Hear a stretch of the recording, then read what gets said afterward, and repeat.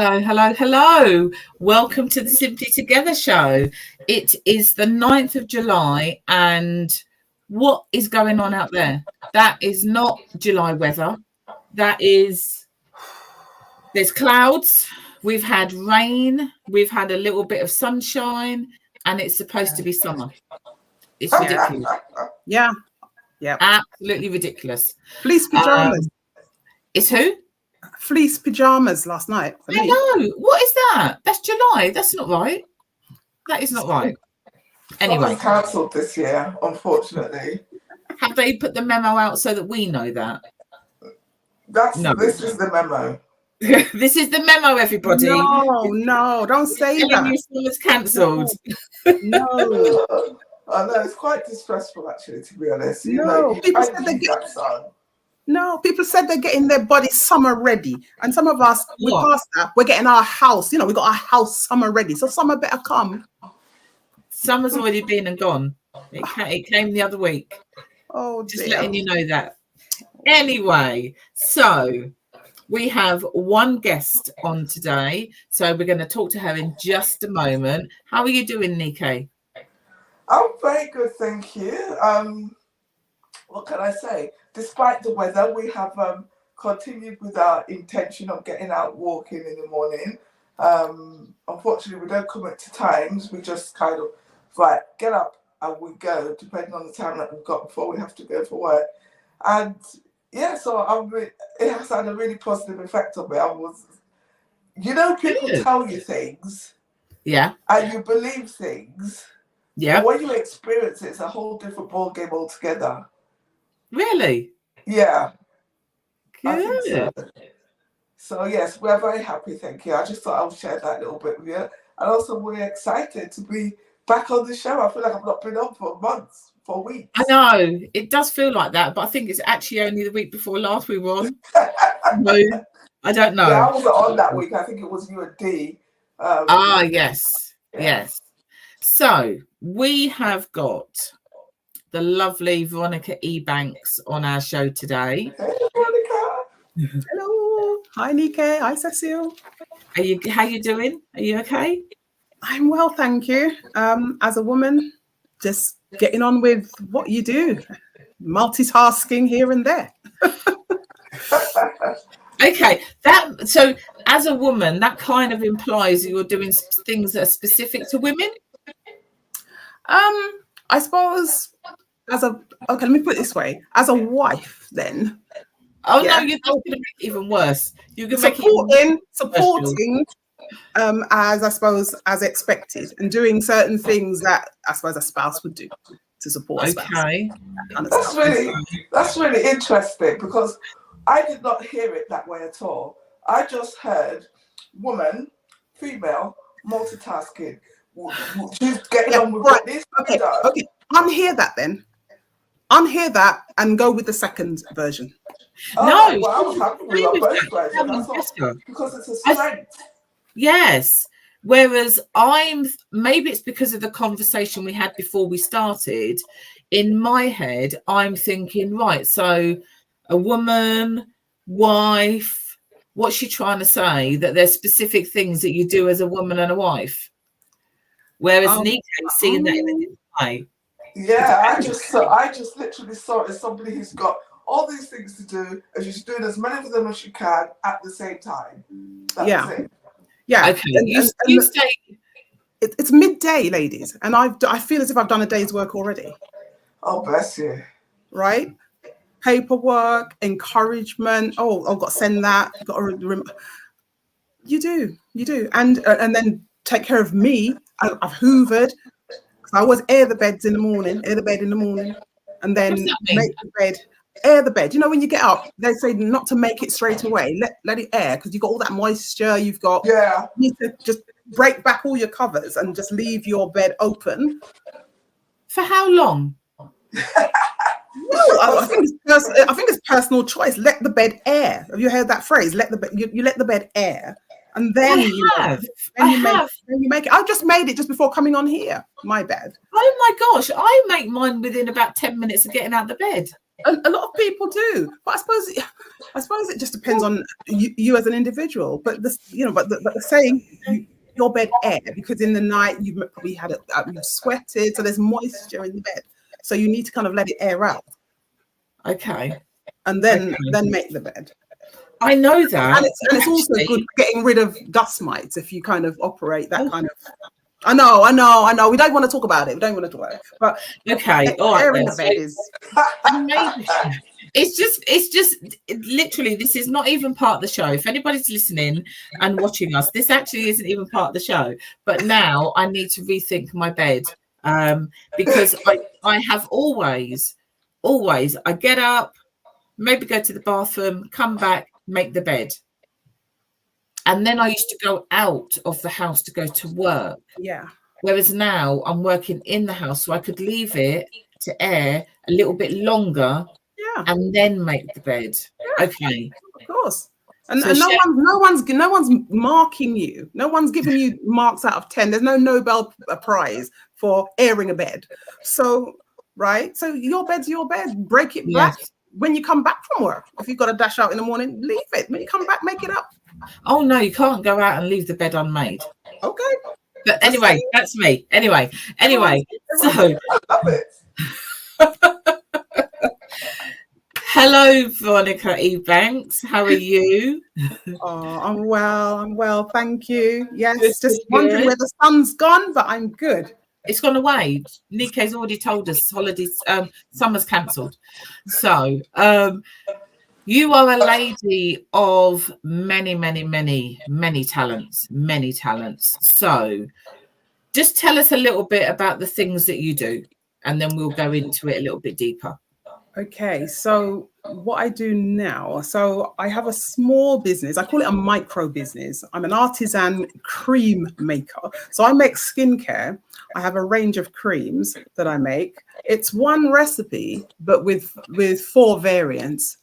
And I've been doing this since 2017. When I launched Verelba Mind and Body, that was all I did. I just made skincare for the business. Now the business is slightly broadening out, because under Verelba Mind and Body now I'm offering other services. So by qualification, I'm a scientist by qualification. So I'm a biologist, microbiologist. Right? Check you out. So that was the degree I did, biological sciences, and my project was a biotech project, lots of micro within that. I've worked in microbiology, I've worked in pathology at a local hospital, working in their hematology department. I've tested foods to ensure foods were safe to eat. I've also lectured. I've lectured science. I've done some teaching around numeracy and literacy for adults.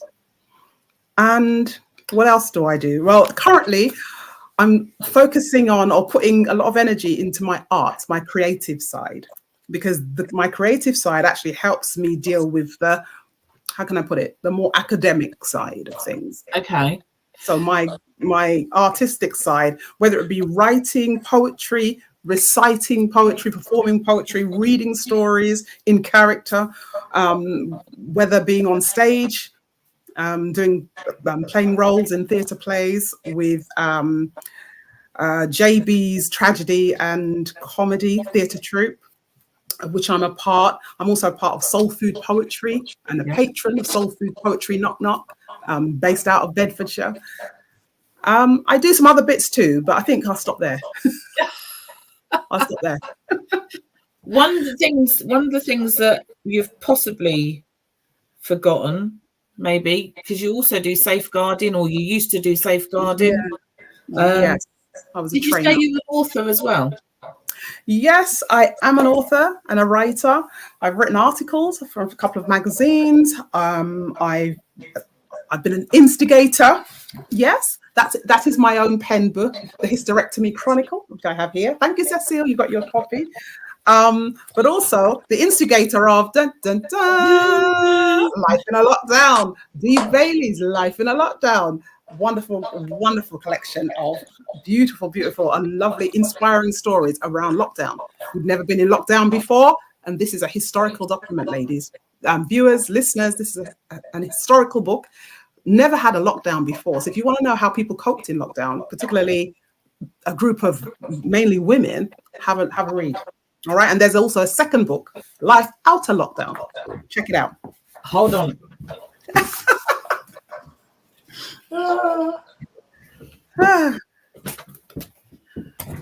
the one. Yes. Life Out of Lockdown. And Life in a Lockdown. And it's, And oh gosh, is it 4 years? Is it 2020? Yep. 4 years. Oh gosh, it just seems like the other day. Yeah. 4 years ago. Yeah. I was just going to say, funny enough, I didn't know that you were coming on today, V. And it seems really random, but I left my cup at home. And so I went to get the one I've got in the office because I've got 2 cups. And yes, I had my chapter 6 book, and I was looking at my chapter 6 cup, and I was drinking out of it, and I was feeling really happy with myself. Yeah, it was an achievement, and it was a very fraught time for everybody. I think that we all kind of went through the ringer, and sadly, the lockdown had such a detrimental effect on families and individuals and women. And if we needed to have voices out there talking about lockdown, then yes, our voices were very, very valid in that time.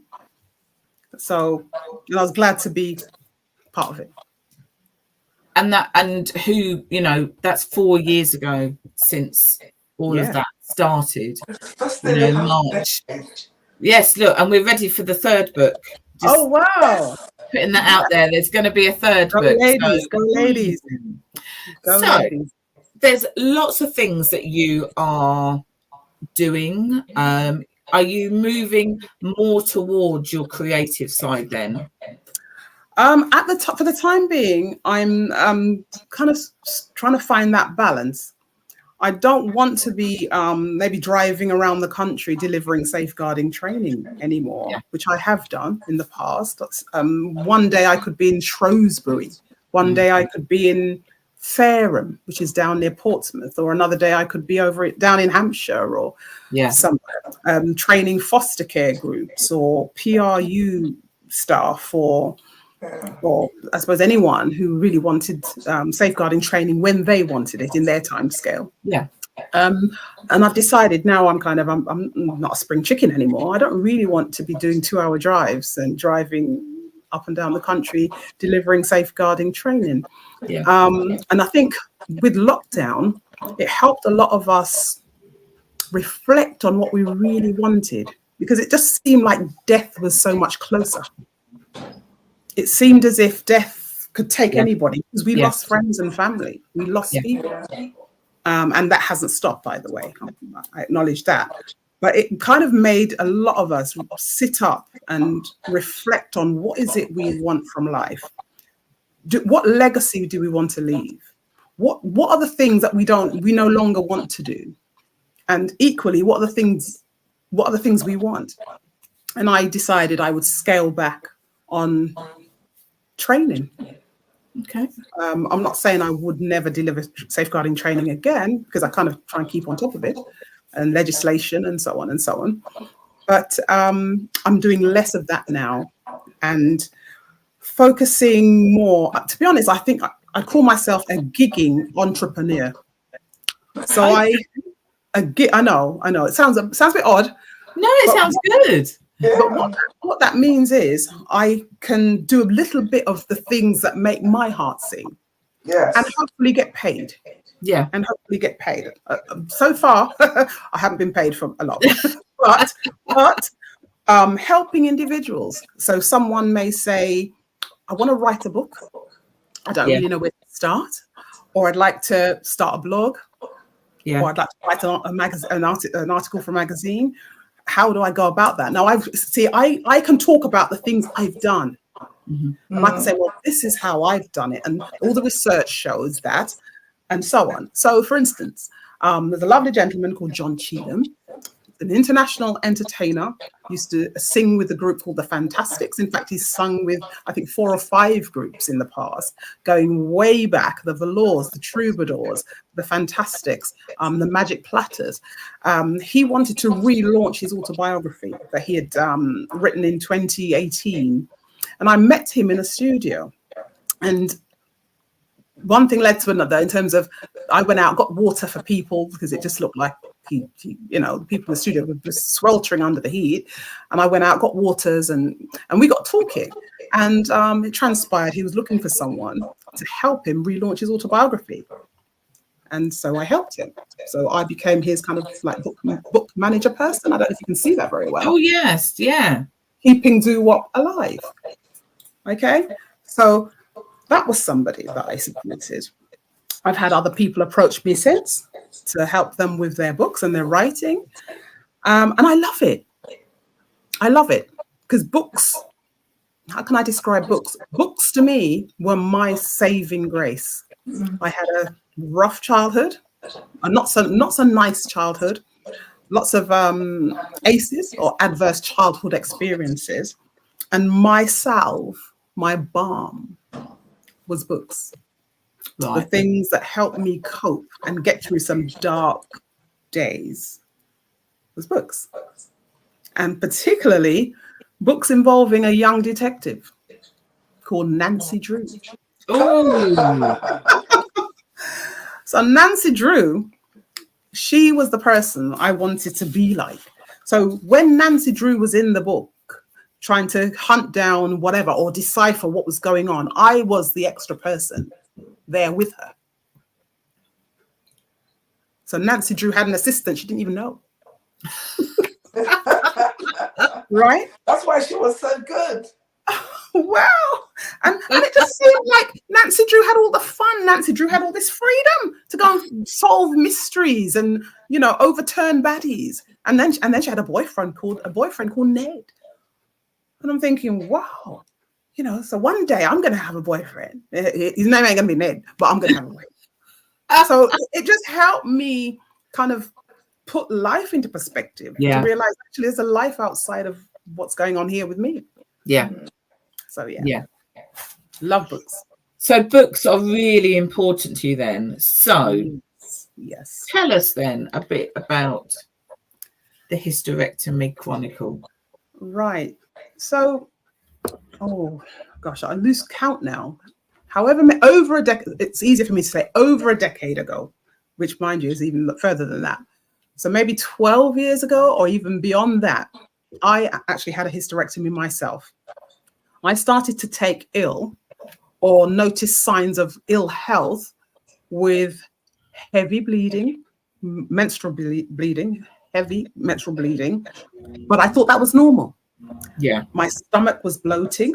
My stomach, when I say bloating, my stomach was actually getting larger. My abdomen was just getting bigger and bigger. And my feet would be swelling up, especially in the summer. I had to wear sandals. My toes began to look like little sausages. And I just thought and just felt generally unwell. And my stomach would always be hot and hard. And I didn't think anything of it. But on a particular day, I was still working and coping with pain using a TENS machine because I'd been taking medication before that and so on. So I bought myself this machine. It was kind of innovative at the time. And I was wearing this machine at times of the month during my menstrual cycle. And on a particular day at work, I remember getting up from my chair and just feeling this horrible, horrible feeling of just flooding, everything just coming down. And it was awful. And I said to myself that day, this is not normal. This can't be normal. You need to go to the doctors. And that's when that's when I took myself to the GP after using, internal protection, pads, taking change of clothing and really having this bag of stuff that I'd walk around. And I thought, no, there must be something wrong. I need to go to the doctor. Went to the GP. And just to cut a long story short, that's where my journey kind of started. And I kept a journal. His doctor was saying, oh, this is what we need to do. We'll try this. And he inserted something, a coil, and then that came away. It was awful. I detail some of this in the book, right? And so I kept a journal as time went on, all the procedures, the processes, my thoughts, my feelings, even the very fact that, you know, you're going to go away for a little break, like a mini break, and you're worried that this thing will start, this menstrual thing will start there, and you're putting towels on your bed, you're taking precautions and taking care of yourself as a woman. And then I'm sure there's many women out there listening who will identify with that. And as a consequence of having fibroids, because this was the diagnosis eventually, extensive fibroids to the extent that my uterus or my womb was deemed to be a 15-week fetus size. Wow. Pregnancy size. And from there, I ended up deciding to have a hysterectomy. When the options, which were a bit less then, were offered to me, I had to make a decision which of these. I kind of had two options, and I had to decide which one I wanted to go for. And I chose the hysterectomy. And it's not a total hysterectomy. Hysterectomy, by the way, is where they surgically remove your uterus. And sometimes the other organs with the uterus, the fallopian tubes and the ovaries and the cervix, everything goes, right? It depends on what type of surgery. Sometimes it's a partial, then we take out bits. But anyway, I had a abdominal. So they basically cut across the abdomen, and my uterus was taken out, and the tubes and the ovaries were left in. And I documented everything. So years later, about 2022, I think, I was clearing out a box of paperwork and books and notepads and notebooks and so on. And I came across my journal that I kept all those years ago. And I just kind of flicked through it, and I thought, I wonder if this can help somebody. And I thought, you know what? I think it might. So I decided to self-publish. So I self-published under KDP, Kindle Direct Publishing. That's it. I published it. It's not a massive book, and I kept the language very simple, and I tried to explain procedures as I went along so that it's accessible to anyone who's interested in that kind of journey, what that might have looked like. Because at the time, I'm not going to lie, it was very lonely, very scary, and we just didn't talk about it. Who talked about fibroids and hysterectomy back then? Nobody. Sometimes people didn't tell their families. Women didn't even talk. You know, oh, I've got something wrong down there. I've got to go and have an op. But no one. There was just no dialogue about it. So as a consequence of that, there's no data. There's hardly anything out there around. Well, now there is, but at the time, there was nothing, and it was a very lonely journey. All I had at the time was when I went for my appointments, I had just a brief few moments to ask questions. And then you can tell that they're trying to get you out the door because they've got the patient waiting. And even the nurse who's doing your weight and doing your monitoring and stuff, she hasn't got all day to talk to you. So I remember they gave me a leaflet. And I think on discharge from hospital after procedures, they'd give you like an aftercare leaflet, a little aftercare leaflet. There was no talk about HRT then. There was nothing. It was very minimal where I was. Maybe it was different elsewhere, but from where I was I'm not going to say the hospital, but where I had mine, you guys know the hospital because it's your local. Okay. It's your local. Now we know where she went. There was hardly any information, and there were no women's groups. There was no conversation. It was kind of taboo. You just didn't talk. Listen, anything down below the waist, you don't talk about this. Let alone talk about periods. And hey, menopause now. Hey, menopause is out the door, running down the road naked. We can talk about menopause. Menopause is all right. We can talk about it. The boardroom. We talk about it in the boardroom now because corporate now have a responsibility. So we can talk about it. I wonder if now the leaflet that you were given when you left, I wonder if that's a bigger leaflet now. I think it is. Yeah, I think I'm hoping it is. Yeah, I think we'd have more information. And obviously the choices. Right. So if you're diagnosed with fibroids, and just for those of you who are not quite sure what fibroids are non-cancerous cancerous growths that grow within the uterine tissue. So they can grow inside the uterine muscle. They can grow on the outside. They can even grow like on a stalk. They can poke inwards. They can poke outwards. Wow. And they can literally diminish your quality of life.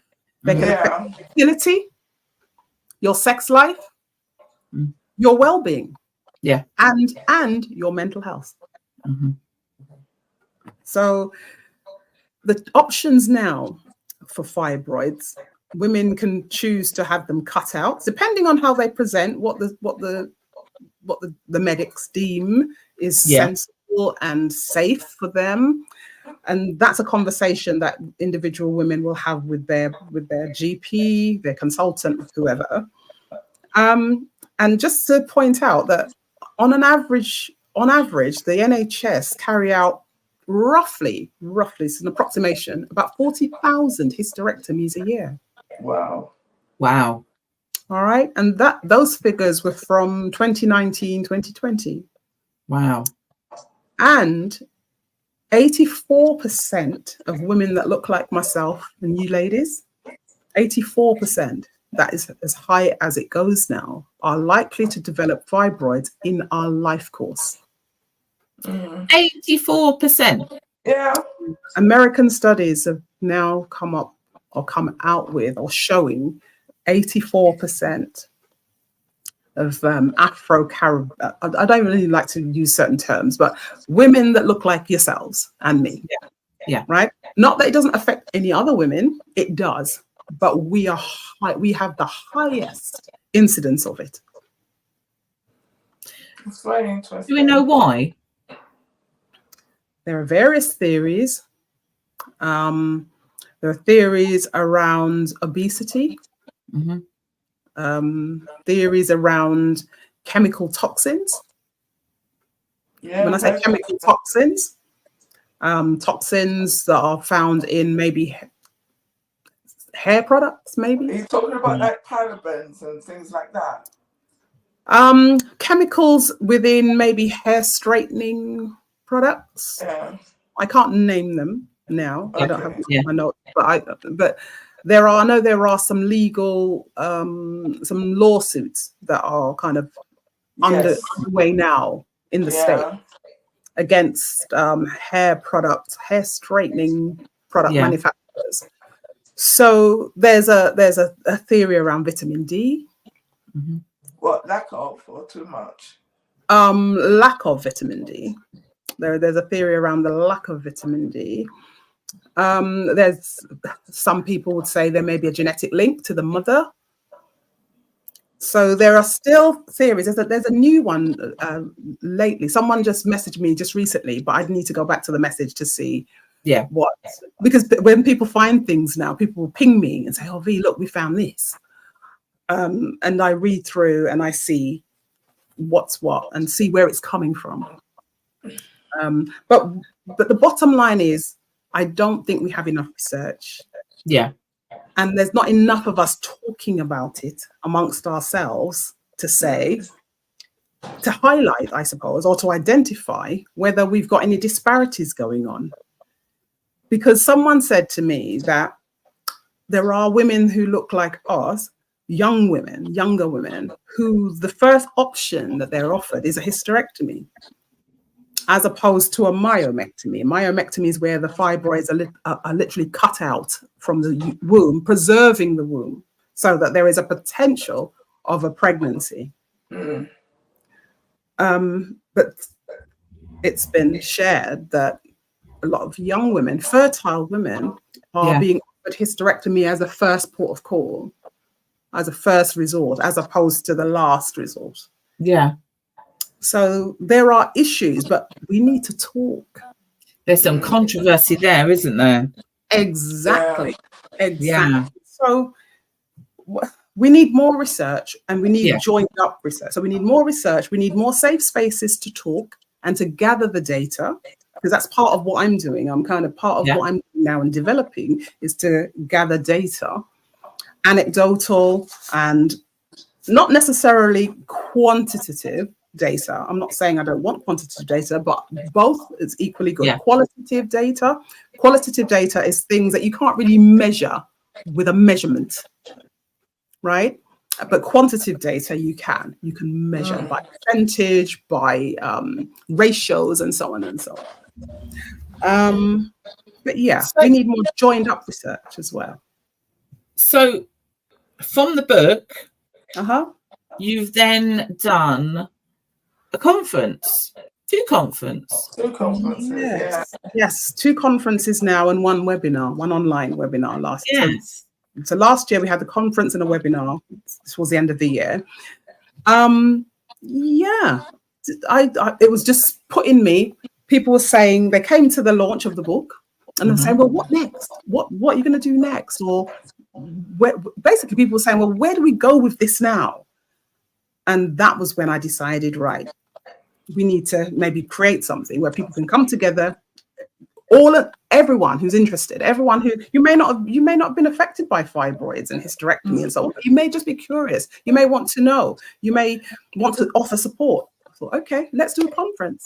So I launched the UK, or the first Fibroids, Hysterectomy and Beyond UK annual conference. So I put myself right in it by putting annual and UK, because then it was like, once you put you annual and UK, it's an assignment.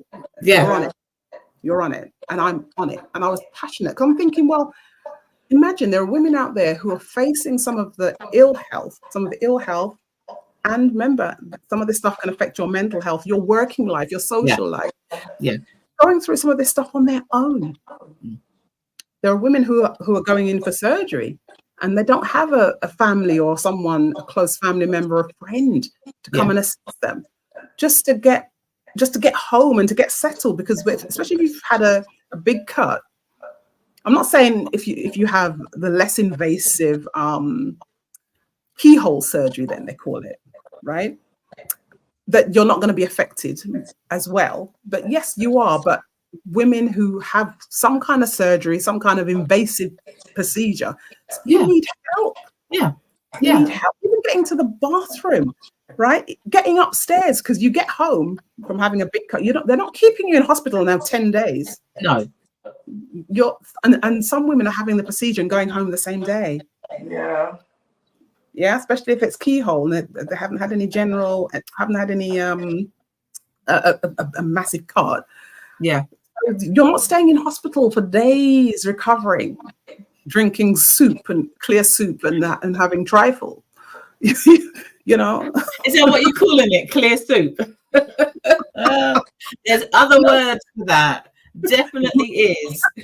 Can I just say, Veronica, your conference was absolutely amazing. And just to tell you, you know how long ago it was? Just the other day, there was some information that came out there that I remember sharing with somebody, because her daughter works there, and I just happened to ask her, why isn't she here? And she told me why. And it's that rhetoric of normal, isn't it? Where, you know, where they say, it's normal, it's normal, it's normal. And there were 2 speakers there that day, remember, that stood up and talked about symptoms of things that said, despite the fact that these people are telling you it's normal, it is not normal. And I meant to message you and say, oh my God, I've actually... Exactly, because one of the ladies, one of the speakers that you had, said she was talking about periods, and she said it is not normal for periods to be so painful. And I just thought, flipping hell, I'm in my late 50s and I'm only hearing that now. Because I think over the years we've just been told that once a month, this is what's going to happen, it's going to be really painful, and you just get on with it. Just take 2 painkillers and grab a hot water bottle and go. But it's not supposed to be. Just coming back to the conference and the speakers, I want to mention the speakers. So I reached out to find credible people to come to the conference, people who knew their stuff, right? And I'd already attended a meeting where surgeon Dr. Loretta Oduware Ogbura Okor had spoken at. And I said, That's the lady. And I think her talk was on, do you really need a hysterectomy? Or something along those lines. Do you need a hysterectomy? And I thought, yes, we need her. And I reached out, and she said yes. Now, none of the speakers get paid, because what I'm doing is voluntary and self-funded. None of the speakers who gave their time, and Dr. Eki Emovon, who both Dr. Loretta and Dr. Emovon come from Sheffield. Yeah. And they traveled for the in-person conference to Milton Keynes from Sheffield. Wow. Right? And they gave their time. Ruth Harrison Swift, who is a menopause expert and really savvy on compliance, and goes into organizations and talks about compliance around self-care and menopause care and so on.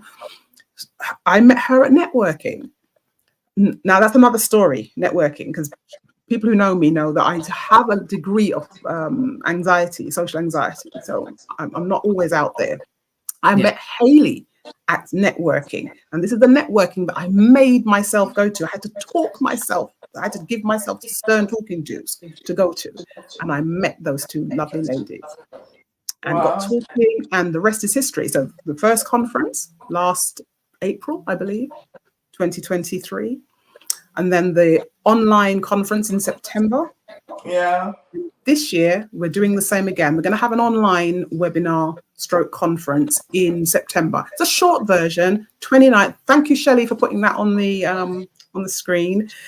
It's an evening. It's going to be on a Sunday evening, and we're going to get together and we're going to talk. It's a safe space. We're going to share. We're going to get credible information, up-to-date information. I mean, imagine now certain surgeries are being done by machines. Yeah. Oh, yeah, it doesn't bear thinking about. Wow. There are women who are really happy, who have undergone the treatment or the surgery and are blissfully happy. Everything went well and they're fine. So see, you have to look at that bigger picture. I don't know if I necessarily would want a machine, but if that means I'm going to get my surgery quicker, and I've got fibroids and I need that hysterectomy, or I need to have this done, then maybe that's the way you go. Right. Because at some point, maybe not in our lifetime, it'll be mostly machines and very few people. So it's already happening. It's a bit doom and gloom when it comes to stuff like that. Because I just think of the number of stories you've heard where they've gone in for surgery, for one surgery, and while the surgeon has been in there doing what he's doing very well, they've actually found something else. Yeah.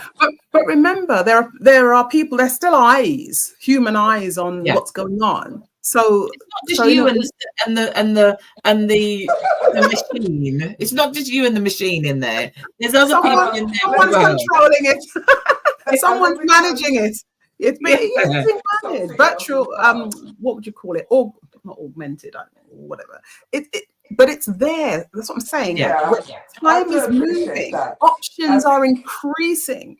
Yeah. Treatments for fibroids, the options are increasing. More and more research is showing that actually we can use this technique. What if we tried it with fibroids? Yeah. Right? Yeah. So that's what I'm saying. So there's now more choice, I suppose, or more possibilities. So, which for me is a good thing. So, can I just mention? So, Dr. Loretta Ogborough, Dr. Eki Emovon, we're hoping to have him again in September online. Ruth Harrison Swift and Hayley Down, who can talk to us about diet and how we can manage our periods and manage our menstrual health with diet. And there are individuals out there who have shrunk fibroids with diet. Yeah. Okay. I mean, every single one of those speakers were absolutely brilliant. Hayley, there's just something about her. I think it's because she's just so upbeat. But she was the one that said that your periods are not supposed to be painful. Yeah. Right. Yeah, absolutely. And Hanifa Muhammad, when she came and did her part, that it's normal. Menopause is normal. it's part of our female journey. Am I allowed to say that? Yes. Part of our female journey. So we should embrace it. And that was absolutely fantastic. I think that's one conference I went to where I was engaged from beginning to the end, because sometimes conferences could get long. It was half a day. It was 4 hours. It was a half day. People, some of the feedback we've got has been absolutely amazing. People are asking for full days. Yeah. So people asked for a whole weekend. Yeah. Because it was brilliant. It was absolutely brilliant. But what I would say though is, I, as the therapist, I have a client, and the doctor said that was the biggest fibroid they'd seen where they live, and they were really interested in the online one that you did first, but they were too poorly. And I'm going to share this information again for this next one, because actually it's there's nobody else for them to talk to about it. Right. And where else would you get an opportunity to speak to surgeons? Yeah. Who do these kind of operations and these techniques and the, in the know. You're getting you're getting credible information from people who do this day in, day out. Obstetric gynecologists, they know that they're mending women's innards below the waist. They're helping. I know some people are very anti hysterectomy. I know that for a fact. I have a couple of friends who've said they're just going to hold out. The fibroids are big, but they're holding out for menopause, when the estrogen levels will start to decline, and hopefully the fibroids will then start to shrink and atrophy, die off, just shrink, because the blood supply and the hormones and stuff. So everyone's different, but if we don't talk, we don't know what's going on. Exactly. Right? So Shelley's put on there about Nike got overexcited for the freebies that we had that day. Don't pull that face if you did. You was very excited for the freebies. Excuse me, I gave half of mine away. That's because you had so many. Were these the lubricants? Yes. I'm not saying. I already said it. Yes. Okay. Yes. Lubricants. Come on, ladies. Sex is part of life, isn't it? Actually, sexual matters, part of it as well. I know. Okay, I still. Oh my God. Honestly, it's a joke. It's a joke. We have to laugh. Leading on from this, then, so you've done one face-to-face, you've got 2 online. So what has now come to light recently is that you have been nominated, or you've been shortlisted for an award, the Black Healthcare Awards, by the Caribbean and African Health Network. Wow. What is that doing? What's going on there?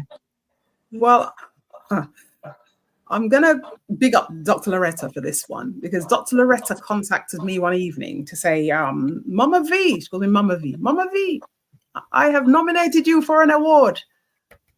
And I'm thinking, award? She said, yes. And she sent me the link, and I went on the link, and I started to get scared. Well, oh, gosh, that sounds... But then I thought, oh, no, V, nomination, don't even.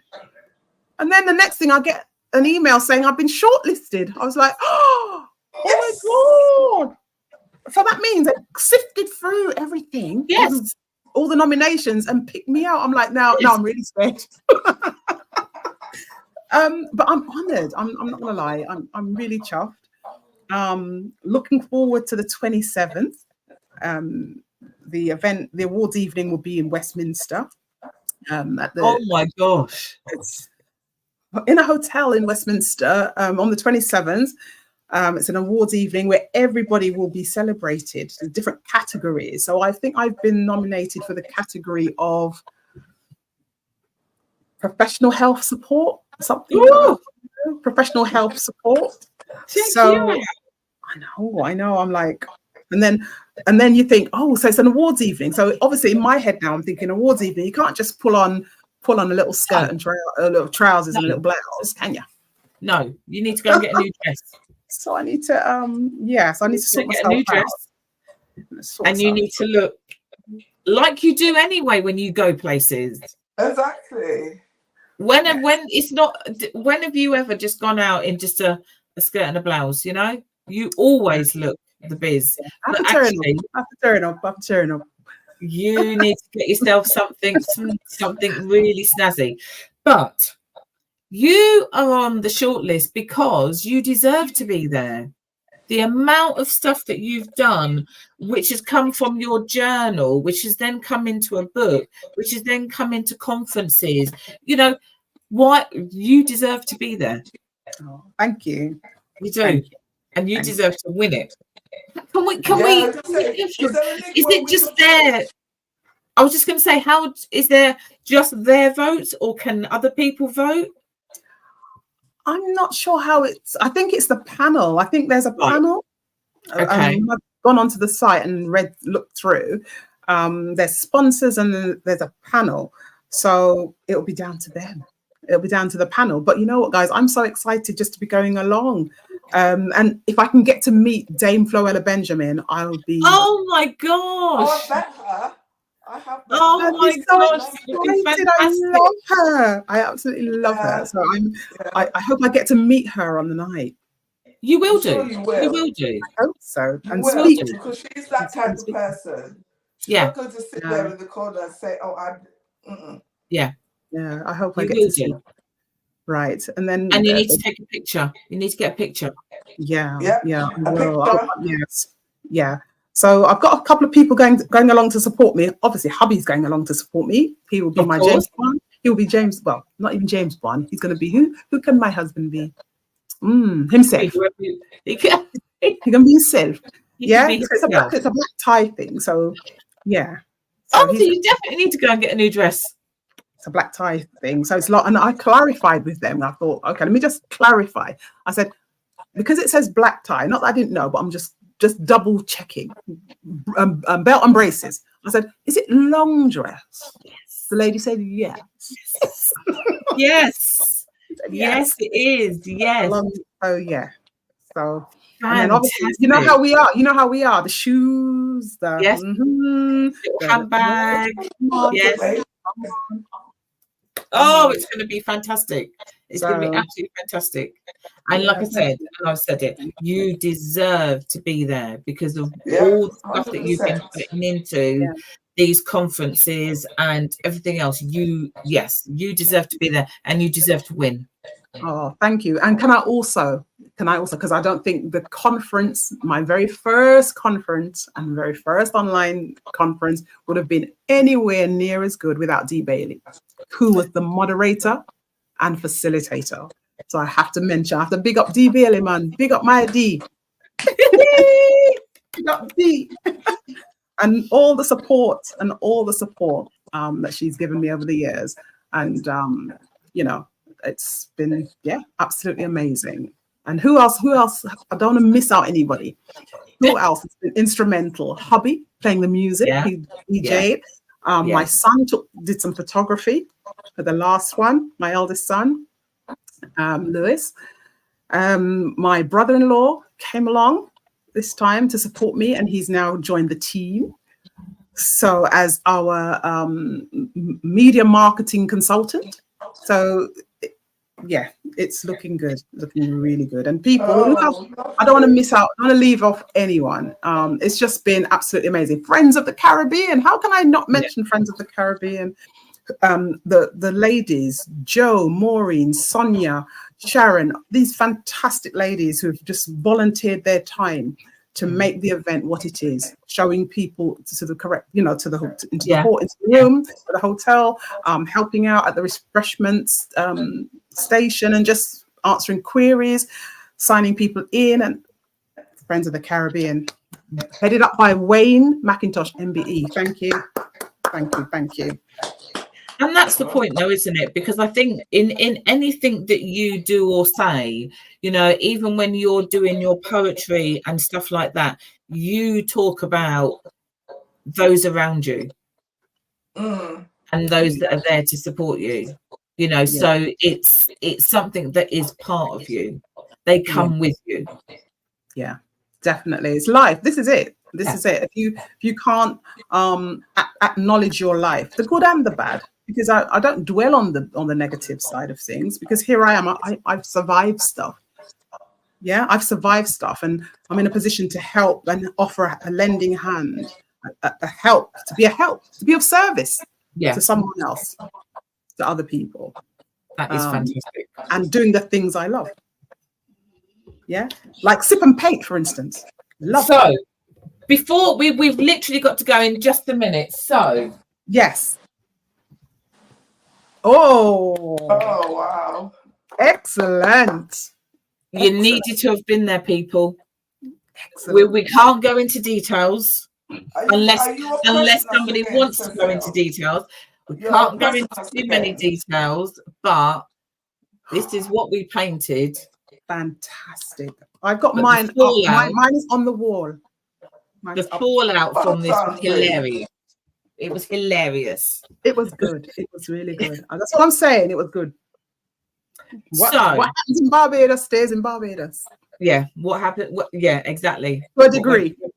If you want to know, you need to go yourselves, and then you will know. Okay. So, thank you. Good luck for the 27th. Yes. Obviously, we're going to get you back on, because you need to come on before your event in September.